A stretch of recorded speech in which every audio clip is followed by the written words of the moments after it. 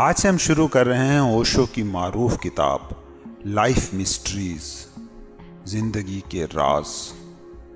اوشو مشرقی روحانیت کو نئے دماغ تک پہنچانے کے حوالے سے جدید دنیا کے چند بڑے ناموں میں سے ایک ہے۔ اس کی کتابوں نے، جو کہ اس کی تقریروں سے اخذ شدہ ہیں، مسٹسزم کو چند مخصوص لوگوں کی بحث کا موضوع بنانے کی بجائے عام انسانوں کو مسئلہ بنایا ہے۔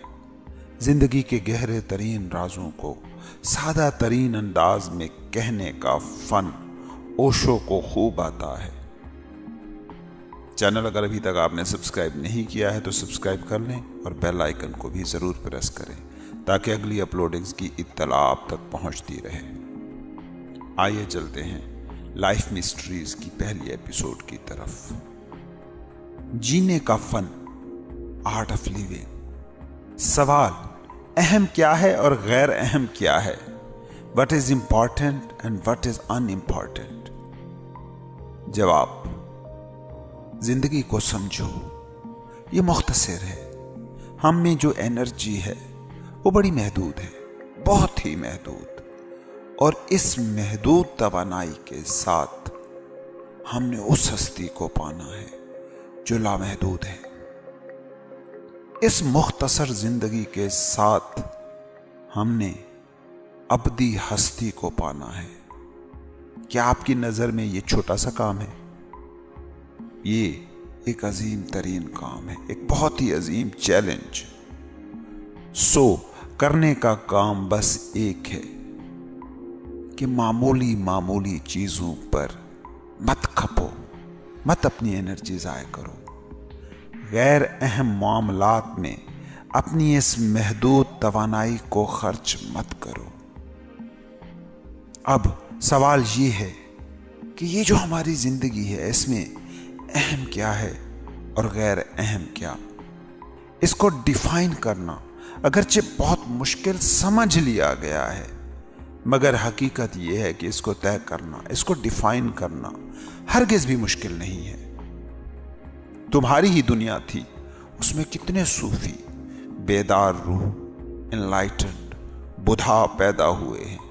ان سب نے زندگی کے اس بنیادی ترین سوال کا ایک ہی جواب دیا ہے: وہ جسے موت چھین لے وہ غیر اہم ہے، اور وہ جسے موت چھین نہ سکے وہ اہم ہے۔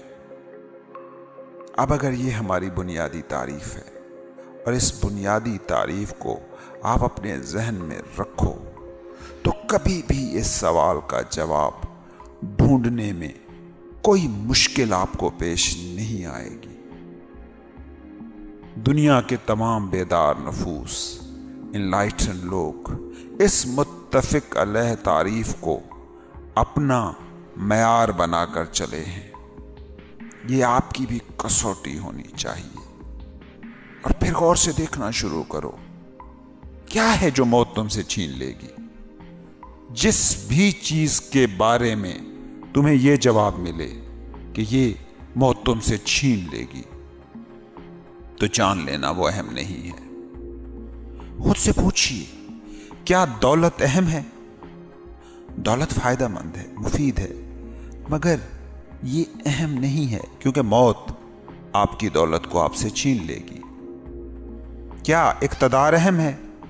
کیا سماج میں آپ کا اسٹیٹس، آپ کا رتبہ اہم ہے؟ کیا جو خود پر آپ نے ذمہ داریاں لاد رکھی ہیں وہ اہم ہیں؟